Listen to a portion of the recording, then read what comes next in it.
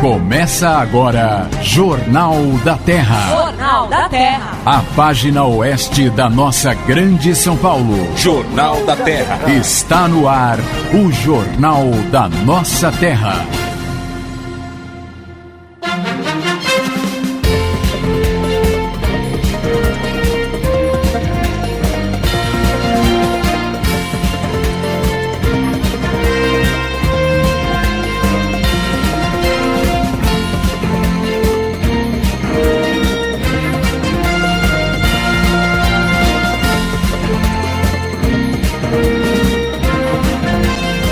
Alô, São Paulo, uma boa tarde para você que sintoniza o AM 1330, uma boa tarde para você que ouve a Rádio Terra em toda a grande São Paulo, muito obrigado a você da capital e você especialmente das cidades que compõem a grande região oeste da grande São Paulo.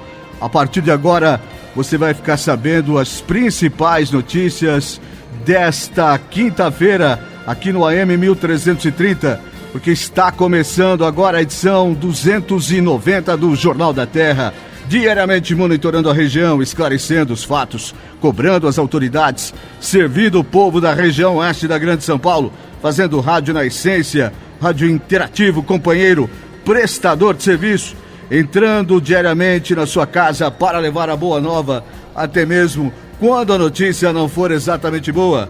Porque pior do que saber aquela notícia ruim é ser privado dela e assim ser escravo da desinformação. E onde não há informação, mora a especulação. Jornal da Terra. Apresentação: Rodrigo Lobo.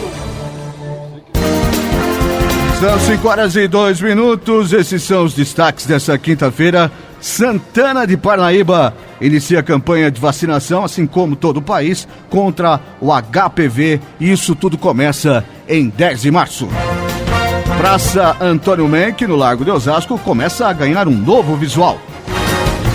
Engenho Novo vai receber o 3º Distrito Policial de Barueri. Prefeito Jaci Tadeu reúne-se com deputados federais em Brasília e obtém emendas parlamentares para investimentos na ordem de 20 milhões de reais. Centro de Animais Silvestres de Barueri devolve para a natureza aves traficadas.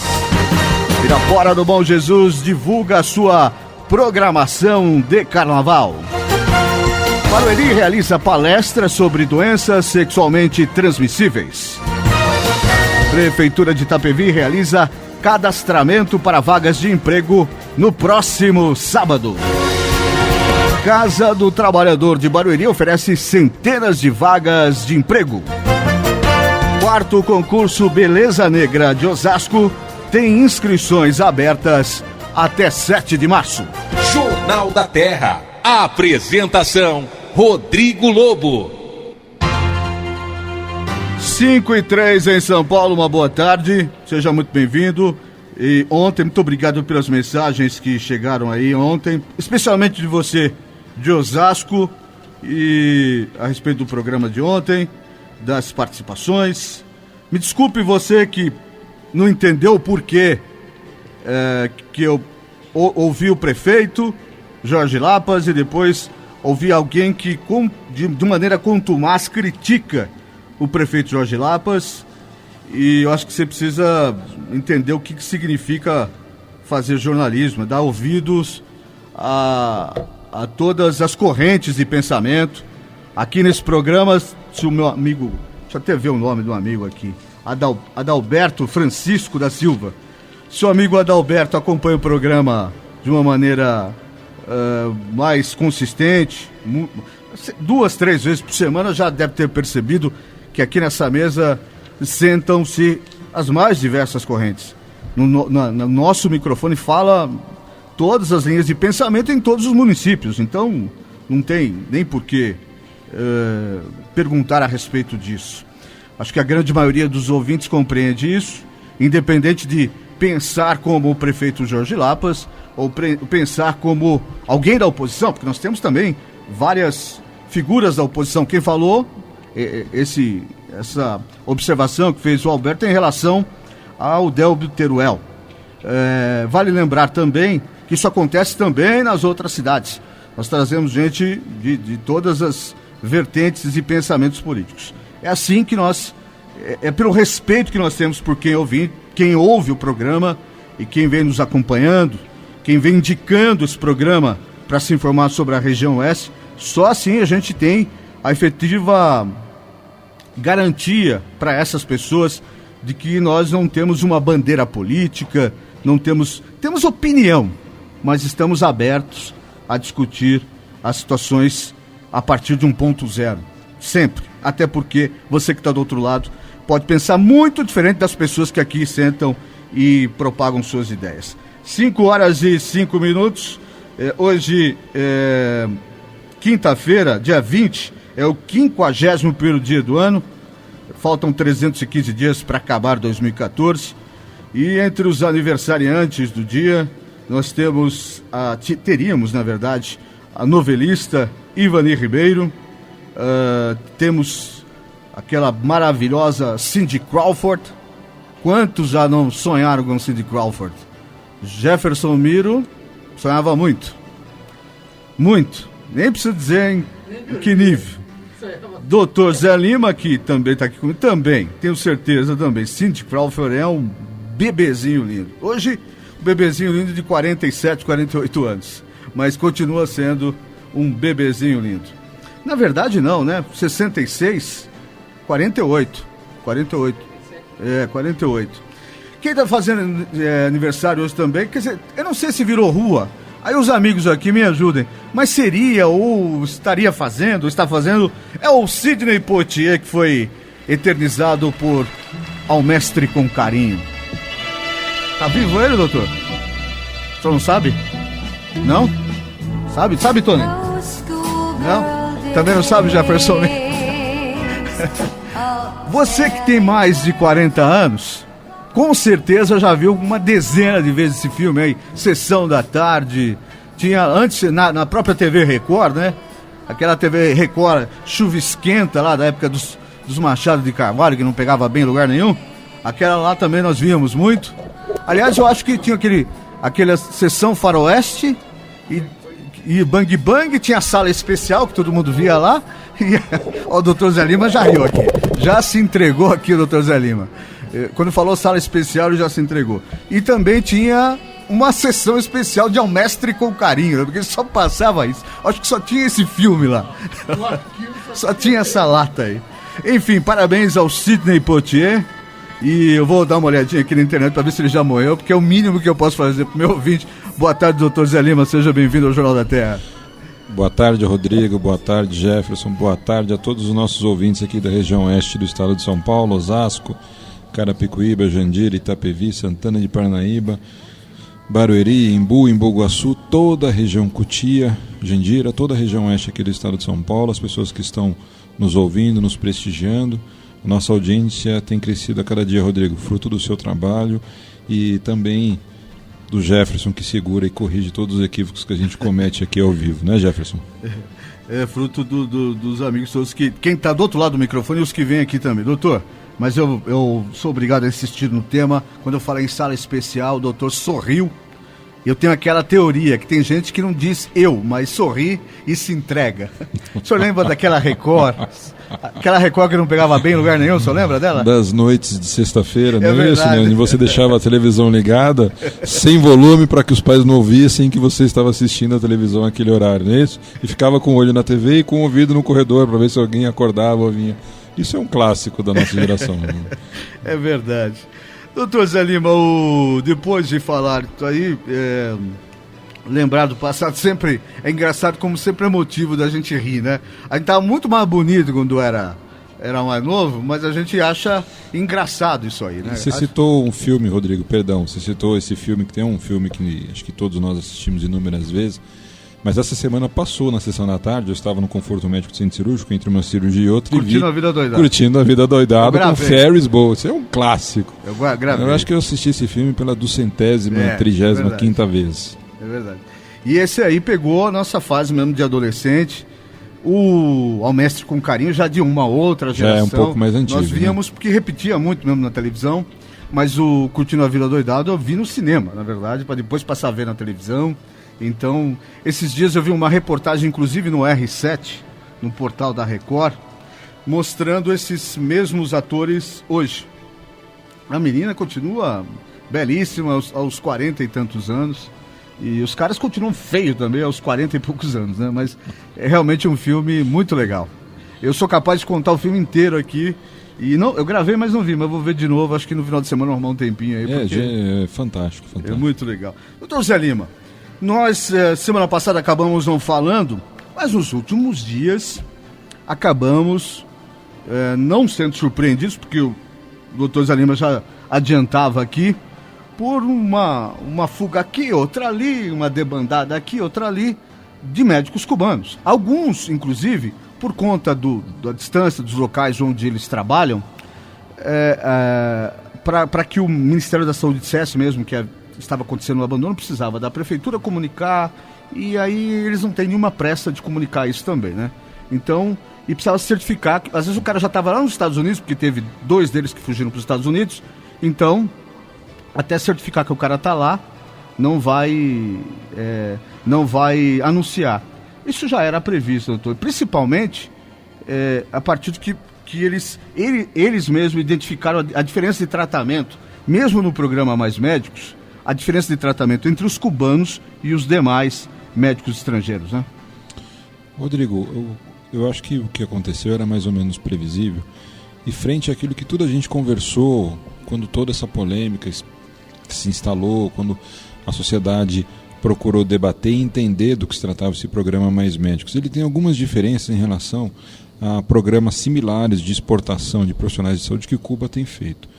Para Cuba, a principal fonte de riqueza externa é a mão de obra de profissionais de saúde, médicos e enfermeiros.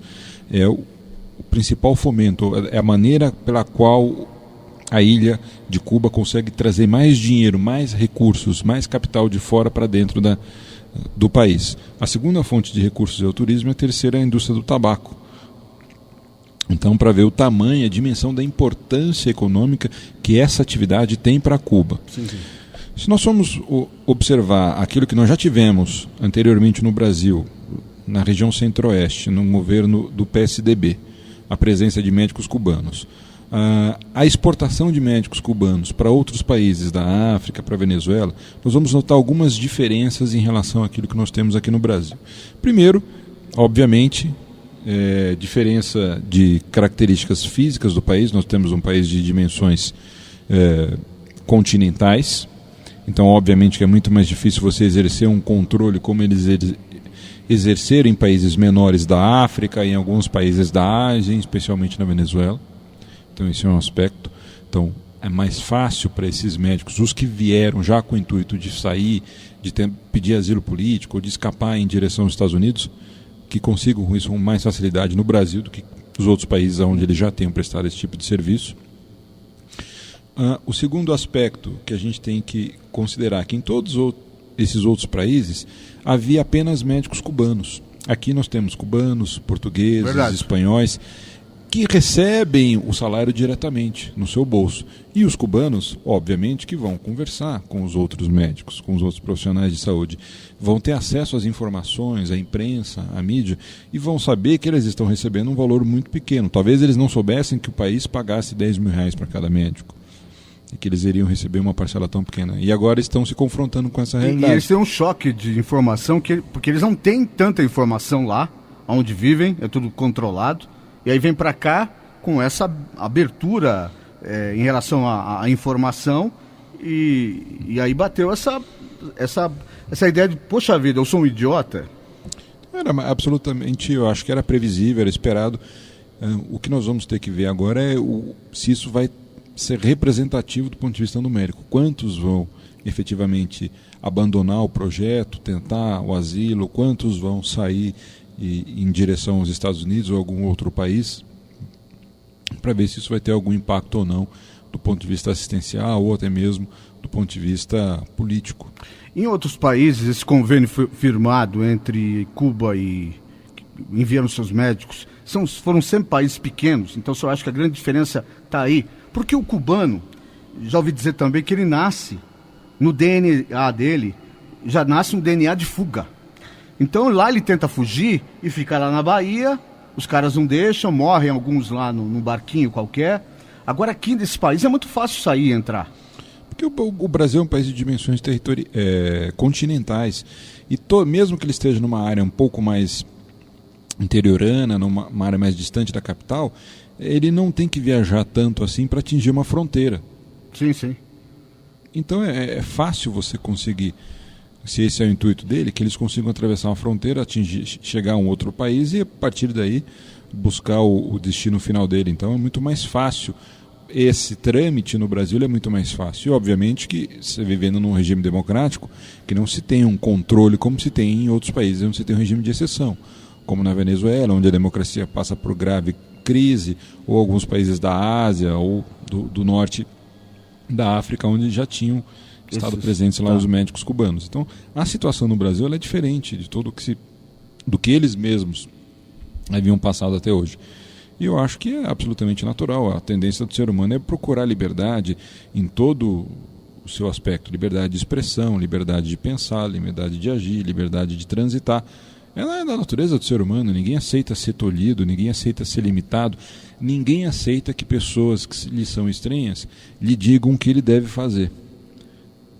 Lhe tentem tolher a sua liberdade ou impedir de buscar um sonho. Eu acho que é o princípio básico de todo ser humano. Nós temos o direito de buscar os nossos sonhos, com respeito, com ética, com valores, com princípios, com caráter, mas nós temos o direito de correr atrás dos nossos objetivos, e isso não pode tornar a situação incômoda a outras pessoas simplesmente porque pleiteiam as mesmas coisas, né? Eu acho que o princípio primário da democracia é de contraposição de ideias, e que vença aqueles que foram os melhores, ponto.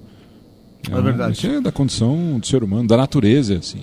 Agora, doutor, se nós eliminássemos do programa Mais Médicos os médicos cubanos, nós não teríamos, o país, o governo federal não teria condições de captar a quantidade de médicos que eles querem captar e trazer para o país. A maior disponibilidade mesmo, a fonte segura desse profissional é Cuba, né? É Cuba, sem sombra de dúvida. Então, quer dizer, se nós chegarmos a algum momento e identificarmos que o volume de médicos que estão desertando é um volume grande, o programa Mais Médicos fica bem complicado. Pode comprometer o programa. Descer. Tá. Pode comprometer o programa, a ponto, por exemplo, de Cuba não querer mais que os médicos saiam de lá para vir para o Brasil. Também isso? Pode. Na verdade, essa discussão a gente até já fez aqui, Rodrigo. Não faltam médicos no Brasil. O Brasil tem hoje quase o dobro da quantidade, né, na taxa por 100 mil habitantes, por milhão de habitantes, preconizada pela Organização Mundial de Saúde. O problema está na distribuição dos profissionais de saúde. 70% dos médicos estão na região sul e sudeste, 40% no estado de São Paulo. Porque aqui eles têm melhores condições de trabalho, têm mais infraestrutura e têm melhor remuneração, ganham mais, têm melhor salário. Enquanto nós não tivermos nesse país um programa nacional de saúde, enquanto nós não tivermos um plano de carreira para todo profissional de saúde, da mesma forma que tem o profissional do Poder Judiciário, da mesma forma que tem os profissionais da Petrobras, do Banco do Brasil, nós não vamos conseguir levar os médicos e os demais profissionais de saúde nem para a periferia das grandes cidades, quanto mais para os estados que são mais longe. Verdade, fica bem mais difícil. Então a grande lacuna, e que está sendo deixada de lado a partir da criação do programa Mais Médicos, é esse programa nacional, a carreira do médico, que nem está sendo discutido mais, né, doutor? Porque na verdade o intuito nunca foi esse, né? Isso é o que a gente comenta aqui algumas vezes, Rodrigo. Se você for uma agência do Banco do Brasil na Avenida Paulista, ou uma agência do Banco do Brasil em qualquer cidade do interior, do estado mais afastado que você quiser imaginar, usar como exemplo, é a mesma estrutura, é o mesmo atendimento, é o mesmo programa de computador, os funcionários são treinados da mesma forma, porque existe um plano nacional de carreira. Se você ofertar isso para todos os profissionais de saúde, você vai ter, da mesma forma que você tem para os profissionais do Judiciário, da Petrobras, do Banco do Brasil, os profissionais servidores públicos no país todo. É simples. Só que isso demanda mais recursos para a saúde e, infelizmente, a classe política ainda não entendeu que nós precisamos investir cada vez mais recursos em saúde e em previdência social.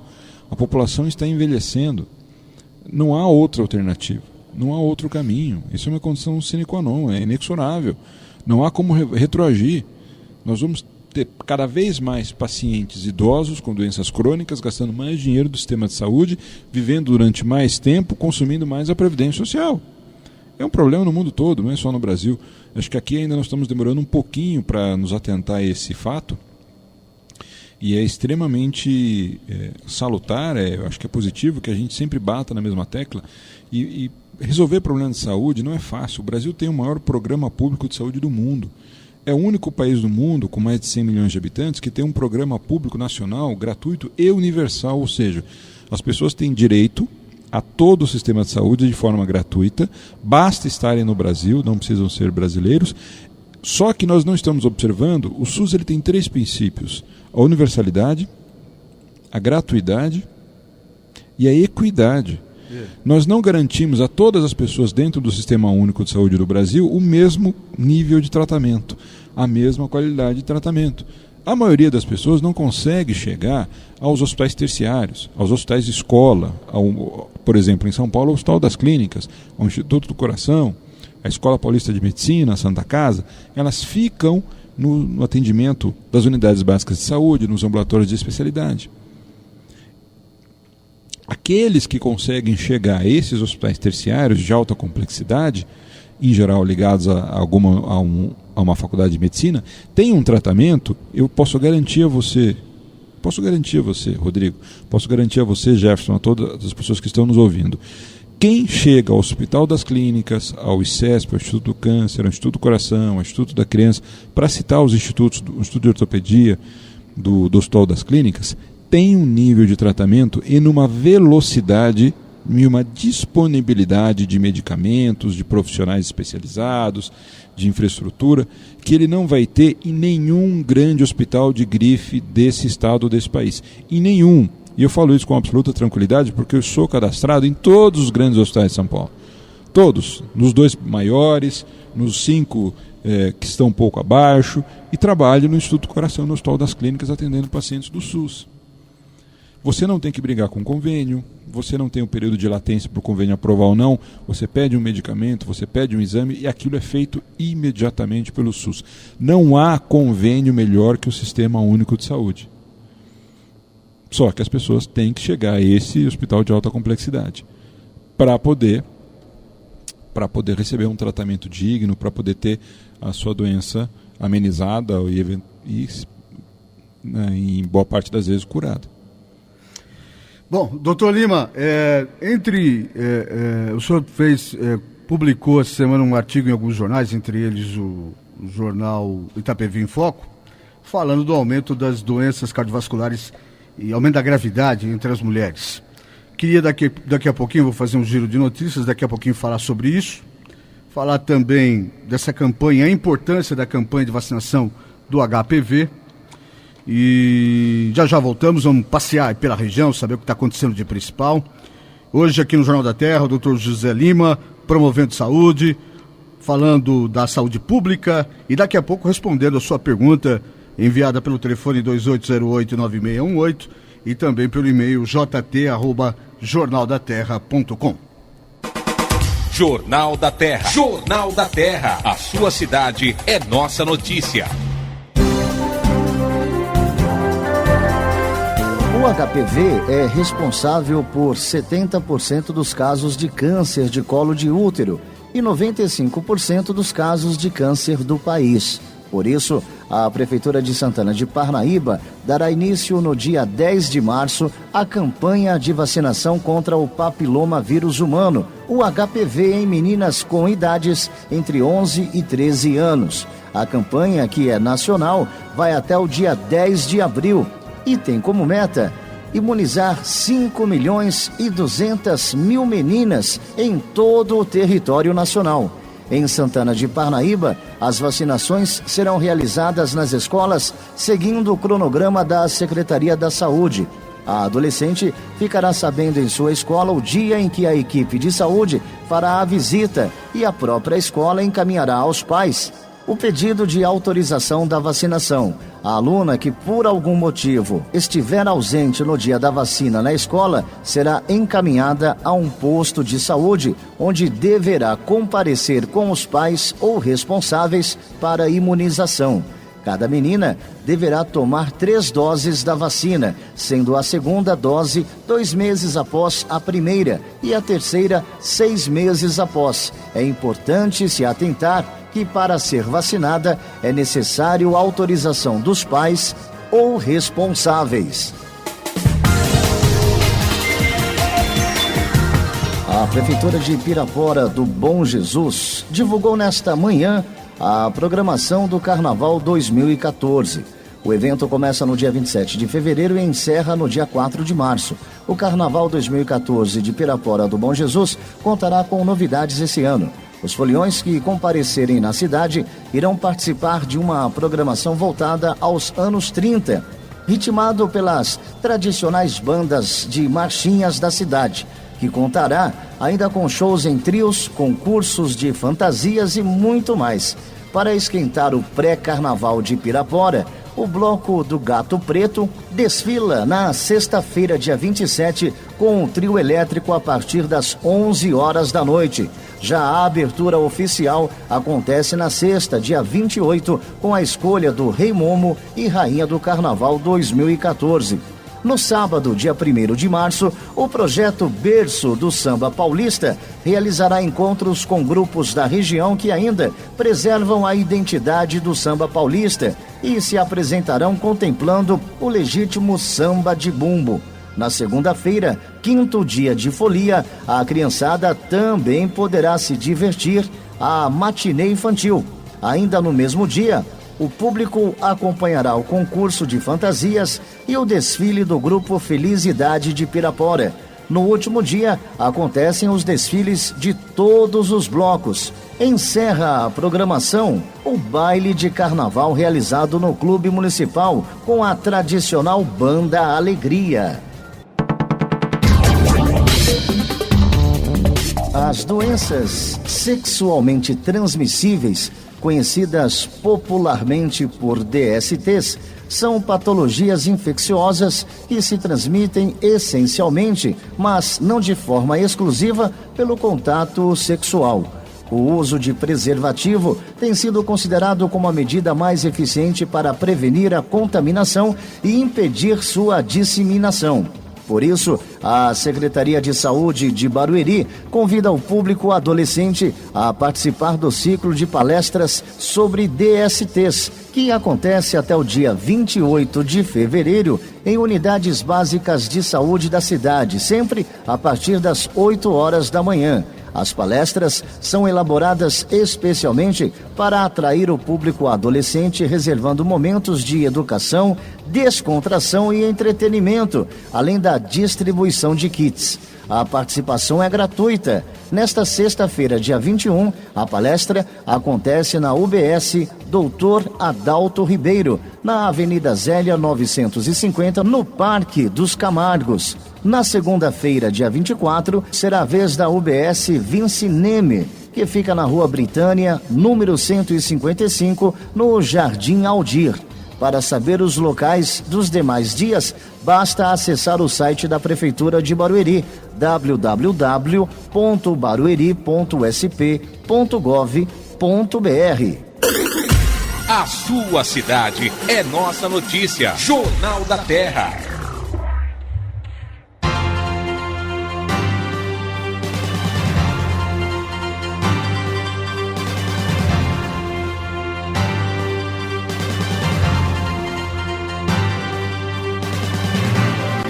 São 5h29, esse é o Jornal da Terra, onde sua cidade é nossa notícia. Hoje com o Dr. José Lima, cirurgião cardiovascular do Instituto do Coração, o nosso colunista aqui, toda quinta-feira promovendo saúde. Daqui a pouco vai responder umas perguntas enviadas pelo nosso telefone, o 2808-9618, e pelo e-mail jt@jornaldaterra.com. Dr. José Lima, nós falávamos dos médicos cubanos e de todo esse problema aí, e me causa enorme surpresa, entre aspas, existe uma ONG chamada Repórter Brasil, o amigo conhece? Não conheço, Rodrigo. Ela é dirigida pelo jornalista Leonardo Sakamoto, um cara que vasculha o país atrás de pessoas que são escravizadas no trabalho. Um trabalho bom, muito importante. E boa parte das denúncias que nós vemos aí parte dessa ONG Repórter Brasil. O que me surpreende é que essa ONG, e ela fala muito próximo de algumas militâncias petistas, e que essa ONG Repórter Brasil em nenhum momento fez uma denúncia relacionada a esse embuste relacionado ao pagamento dos médicos cubanos.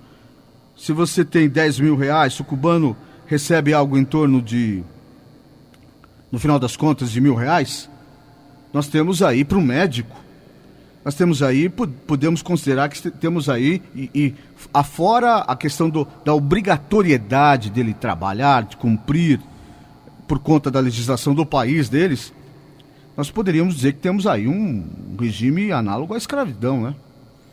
Rodrigo, essa questão é uma questão extremamente complexa, que já foi debatida. O que acontece? Nós temos uma série de obstáculos e de pontos que foram levantados, entre eles esse da remuneração, parte da remuneração ser retida pelo Estado, pelo governo cubano, e eles repassarem um percentual muito pequeno para os médicos, e isso gerou toda uma celeuma, gerou uma discussão se isso seria escravidão, se isso seria permitido pela nossa legislação trabalhista, enfim. Na prática eles estão aí, estão trabalhando, estão recebendo parte apenas do salário que é pago pelo governo federal. Se há, eu vejo sempre com um pouco, já declarei qual é a minha posição em relação ao mais médicos, mas eu vejo quando a discussão ela sai da seara técnica e entra no campo político, muitas vezes você perde o foco, né? E há o interesse político em aparecer, em ganhar pontos perante a mídia, somar politicamente junto à população e não efetivamente resolver o problema. Uhum. Se há realmente um empecilho legal, se há um contraponto da lei, se está se infringindo a legislação trabalhista, acho que é obrigação política da oposição que se entrasse frente aos elementos da justiça que estão aí disponíveis contra essa situação. A Procuradoria-Geral da República está investigando isso aí. Geral da República, Procuradoria-Geral do Trabalho, Ministério Público. E aguardar a resolução da justiça. Eu acho que dentro da democracia a palavra final sempre é e deve ser a da justiça. Então temos que aguardar o posicionamento e ver se essa é uma situação efetivamente ilegal, que é uma situação tão particular e uma situação de exceção, que é possível que isso não seja contemplado na atual legislação trabalhista brasileira e que não se tenha, que a decisão se encaminhe para uma corte superior, para o Supremo Tribunal Federal, para poder fazer essa transigência e essa avaliação mais global, não tão pormenorizada, assim, detalhada, dentro única e exclusivamente da seara da legislação trabalhista. É um problema difícil de ser resolvido, mas eu acho que se há esse empecilho, quem fala com propriedade e efetivamente tem conhecimento técnico sobre isso, tem que chegar e dizer, olha, a lei que está sendo infringida é essa, a atitude que nós vamos tomar é essa, nós vamos solicitar uma abertura de um processo, vamos ofertar uma denúncia ao Ministério Público, enfim, as instâncias todas políticas que forem políticas não, jurídicas que forem necessárias para ver se essa situação é realmente uma situação ilegal ou não. Então, eu citei aqui o Sakamoto, o Leonardo Sakamoto, porque eu conheço, e me surpreende, ele é um cara aguerrido e acho de importância o trabalho da ONG Repórter Brasil, mas o que me surpreende é que em nenhum momento, mesmo quando provocado, essa ONG se manifestou a respeito, ela preferiu se calar, e aí a gente vê o aparelhamento das organizações sociais, e aí nós olhamos a página do Repórter Brasil, vemos anúncios de empresas ligadas, empresas do governo federal, banco, Petrobras. Então eu só fiz esse comentário porque eu acho que esse episódio acaba marcando de uma maneira negativa a ONG e o trabalho do Repórter Brasil, o trabalho do Sakamoto, que é uma figura que, pelo menos até agora, eu não tinha nenhuma observação a ser feita, a não ser o fato de que eu fui tentar registrar essa marca Repórter Brasil e já estava registrado. Fiquei pistola da vida, mas tudo bem, né? Isso é coisa do mercado. Em relação ao trabalho dele, só elogios. Até agora, até esse episódio do programa Mais Médicos, no qual ele sequer se manifestou, ele e a equipe do Repórter Brasil. Agora, doutor, no jornal e também em Foco, e algumas outras publicações da região, o senhor publicou um artigo falando das doenças cardiovasculares nas mulheres, a gravidade dessas doenças nas mulheres. O que de efetivo vem mudando nesse quadro para que sirva de alerta, não só para as mulheres, mas para todos os gestores de saúde pública desse país? O que nós temos observado, Rodrigo, é que nós já vivemos no Brasil uma epidemia de doenças cardiovasculares. E não há atenção devida para isso, porque a única forma de nós tratarmos isso a nível populacional é com políticas de prevenção. Políticas públicas de prevenção específicas voltadas para as doenças cardiovasculares. Por que isso é importante do ponto de vista populacional? Porque as doenças cardiovasculares são responsáveis por mais de 40% de todas as mortes no Brasil e no mundo. A principal causadora de morte no Brasil são as doenças cardiovasculares. Quando eu falo cardiovasculares, eu me refiro não só às doenças do coração, mas às doenças de todo o sistema vascular, como os derrames, os acidentes vasculares cerebrais, a insuficiência renal com necessidade de hemodiálise, de transplante, a insuficiência vascular periférica, às vezes com necessidade até de amputação de pés, de perna. Ou seja, as doenças que acometem todo o sistema cardiovascular. E se nós observarmos o que tem acontecido nos últimos 20 anos, 30 anos, só que as pessoas possam observar essa informação que eu vou passar com um pouco mais de facilidade, por figuras, por gráficos, é entrar no site do Ministério da Saúde e ver o perfil que nós temos dessa doença nos últimos 20 anos nos pacientes do sexo masculino e nos pacientes do sexo feminino. Há 20 anos nós tínhamos uma mulher portadora de alguma doença cardiovascular para cada 4, 5 homens. Hoje essa relação é de 1 para 1,5, ou seja, quase metade de todos os pacientes com doenças cardiovasculares são do sexo feminino. As doenças cardiovasculares têm aumentado de forma significativa entre as mulheres. E, nas mulheres, as doenças cardiovasculares, como, por exemplo, o infarto, é muito mais grave que nos homens, porque o sistema cardiovascular da mulher é diferente do homem. A resposta do sistema cardiovascular da mulher frente a uma situação de estresse, frente a uma doença aguda, é diferente, é mais intensa que a resposta do sistema cardiovascular do homem. Então, a mortalidade no infarto é 40% maior nas mulheres que nos homens. 40%? Pelo menos. Chega a 60% dependendo da área do coração que sofreu o infarto. E nós estamos observando um aumento significativo das doenças cardiovasculares nas mulheres. E não estamos dando a devida atenção. Nós temos hoje, independentemente da classe social, a mulher ela busca a prevenção do câncer de mama, do câncer do colo do útero. Essa informação já chegou a todas as mulheres, independentemente da classe social, da região que ela estiver nesse país. Perfeito, nós temos que continuar seguindo nesse caminho. Mas doenças cardiovasculares matam 4 vezes mais mulheres que câncer de mama. 4 vezes mais mulheres que câncer de mama. E nós não temos tantas campanhas de prevenção de doenças cardiovasculares focadas, direcionadas às mulheres, como nós temos, obviamente, com prevenção do câncer de mama. Então nós estamos cometendo um equívoco do ponto de vista dos profissionais de saúde. Nós temos que levar essa informação de forma que as mulheres rapidamente compreendam, entendam o tamanho do problema, o risco que elas correm, o problema que nós temos hoje nas mãos e incorporem a sua rotina de prevenção, de promoção de saúde, quando ela procura de uma forma ou de outra a cada ano fazer sua mamografia ou passar por um ginecologista para fazer um exame de colo do útero, que ela também procure um clínico geral, que ela também procure um cardiologista para fazer um exame clínico, para fazer uma radiografia de tórax, um eletrocardiograma, se houver indicação, um ecocardiograma, para que se tenha certeza absoluta que ela não tem nenhum fator de risco já instalado de doença cardiovascular. Se o tiver, começar a controlar, começar a tratar. Se ela já tiver alguma doença crônica, como pressão alta, como diabetes, como colesterol elevado, começar a tratar o mais cedo possível. Porque a doença cardiovascular era traiçoeira, principalmente nas mulheres. Quando ela se manifesta, é porque já ocorreu alguma complicação.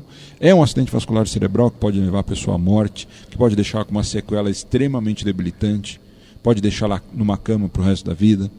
É a insuficiência renal, que pode fazer com que ela tenha que passar a cada 2 dias, 3 a 4 vezes por semana, por uma sessão de diálise que dura 3, 4, 5, 6 horas, que pode fazer com que ela tenha que entrar numa fila para receber um rim, que pode fazer com que ela tenha insuficiência cardíaca e tenha que entrar numa fila para receber um coração.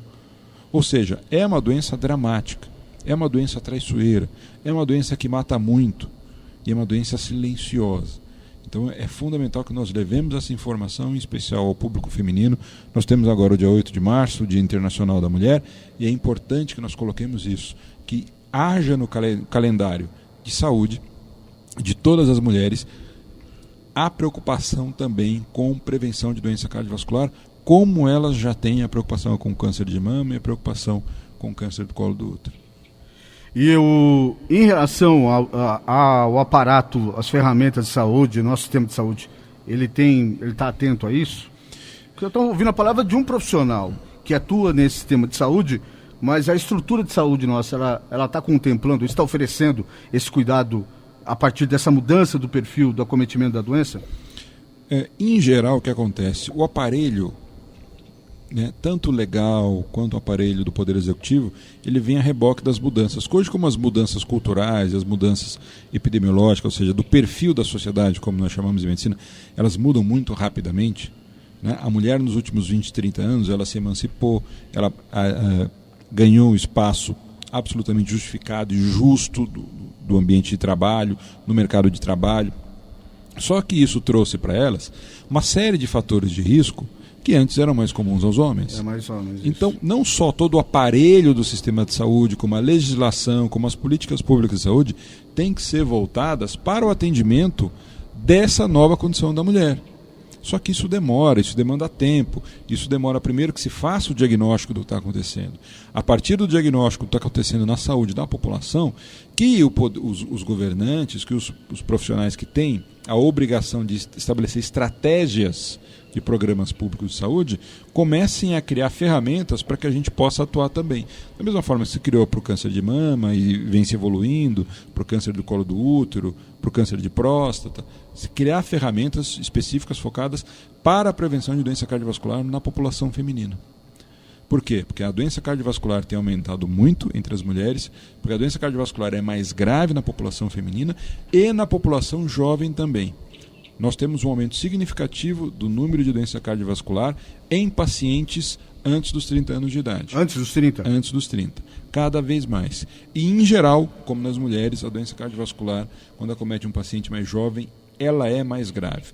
Na média, do ponto de vista geral, ela é mais grave. Ela tem um risco maior de morte, ela tem um risco maior de levar a alguma complicação, alguma sequela extremamente debilitante.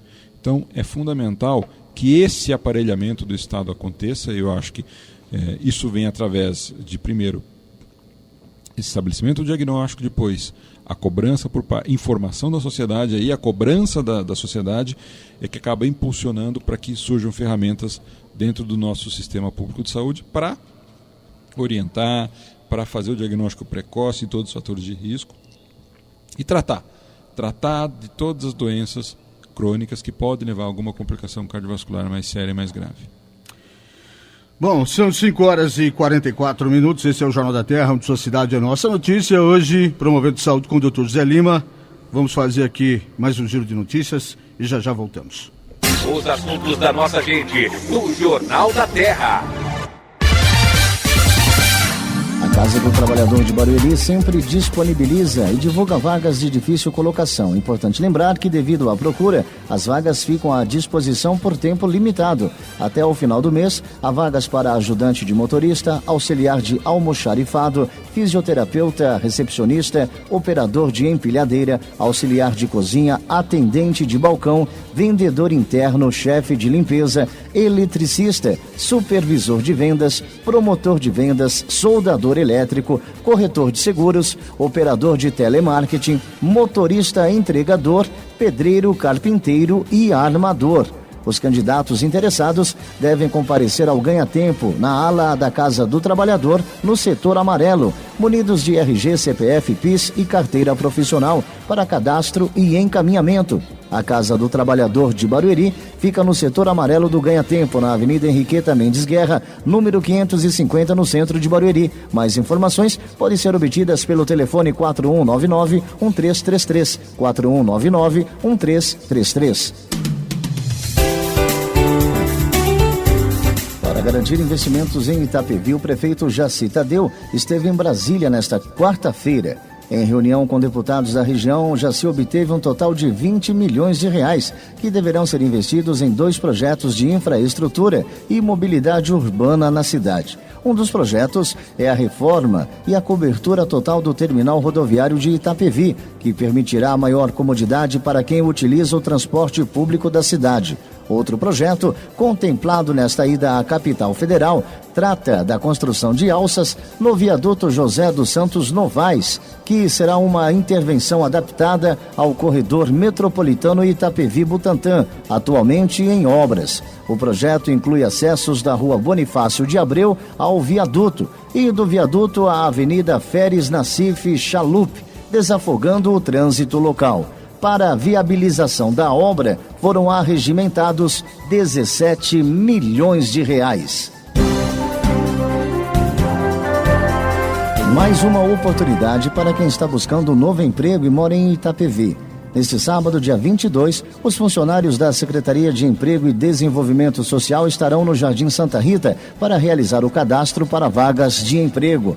A ação tem por objetivo aproximar ainda mais os munícipes que estão à disposição para o mercado de trabalho ao PAT, Posto de Atendimento ao Trabalhador.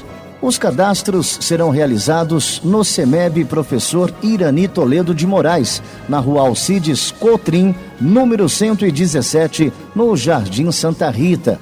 As vagas disponíveis são para repositor, fiscal de caixa, empacotador, auxiliar de açougue, conferente e ajudante geral. Os interessados em fazer parte do banco de dados da Secretaria devem se dirigir ao CEMEB Irani Toledo de Moraes, portando documentos como RG, CPF, carteira de trabalho e PIS. O atendimento acontecerá das 9 horas da manhã até as 5 da tarde. Além do cadastramento para vagas de emprego, o posto volante também oferecerá inscrições para o programa Jovem Cidadão, além de informações para os programas Banco do Povo e Via Rápida Emprego. A sua cidade é nossa notícia. Jornal da Terra.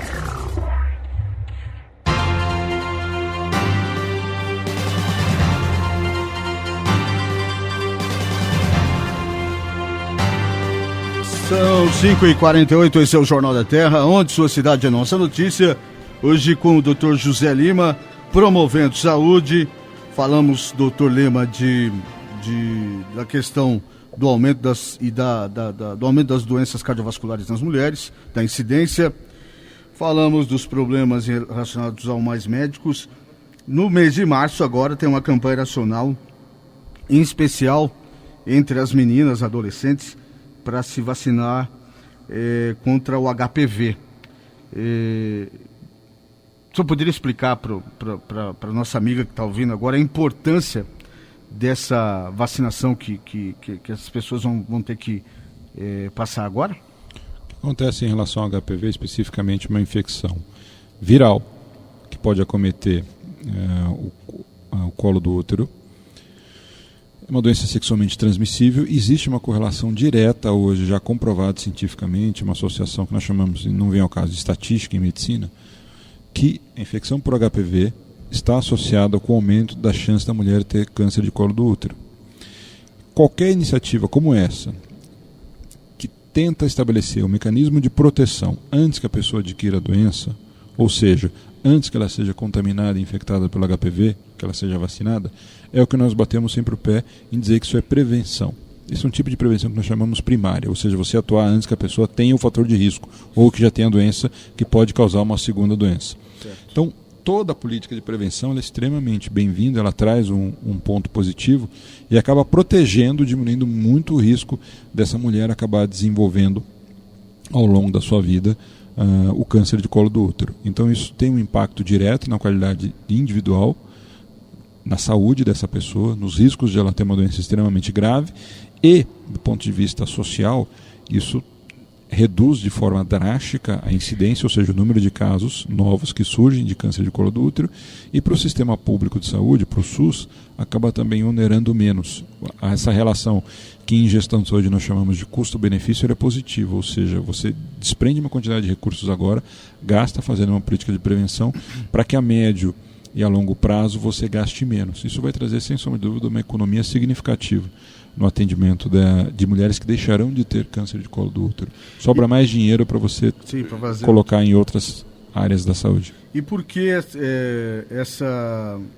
esse foco nas meninas entre 11 e 13 anos? Todas essas políticas públicas de saúde, todas essas principalmente quando você trabalha com medicina preventiva, com medicina sanitária, você trabalha em cima de, eu vou tentar traduzir, de cálculos, de análise estatística. Isso é fundamental para quem trabalha com medicina pública, que você olhe especificamente qual é o grupo que está sob maior risco de desenvolver uma determinada doença. E se você tem alguma ferramenta, alguma maneira de prevenir que esse público desenvolva essa doença. Então, por exemplo, você faz política de prevenção de câncer de mama, principalmente para as mulheres. Você também tem câncer de mama nos homens, certo. Mas como 99% dos pacientes com câncer de mama são no sexo feminino, você foca mais nas mulheres. Quando você detecta na população que está ocorrendo um aumento expressivo do número de mulheres infectadas por HPV, e você detecta que a faixa etária em que ocorre a contaminação em geral é a partir dos 15 aos 20, 25 anos de idade, é sobre esse grupo que você tem que atuar. Perdão. É sobre esse grupo que você tem que agir, certo. Focando as suas políticas de prevenção para evitar com que elas se infectem, se contaminem, para que elas se tornem uma mulher saudável. Certo. Então, do ponto de vista de saúde pública, você foca um grupo específico, você trabalha com um grupo específico e acaba direcionando para o grupo que for mais pertinente, onde você tiver que agir. Entendi. Bom, é importante só reiterar, né, o início da campanha no dia 10 de março, é uma campanha nacional, isso vale para qualquer cidade, importante, e foca as meninas entre 11 e 13 anos, e a abordagem, o chamamento para essa vacinação já vai ser a partir das escolas, o que deve facilitar muito. São 3 doses da vacina, sendo a segunda dose 2 meses após a primeira e a terceira 6 meses depois dessa segunda. É importante se atentar que para ser vacinado é necessária a autorização dos pais ou responsáveis. Então você que é mãe, é pai de adolescente, fique muito atento a isso a partir do dia 10 de março.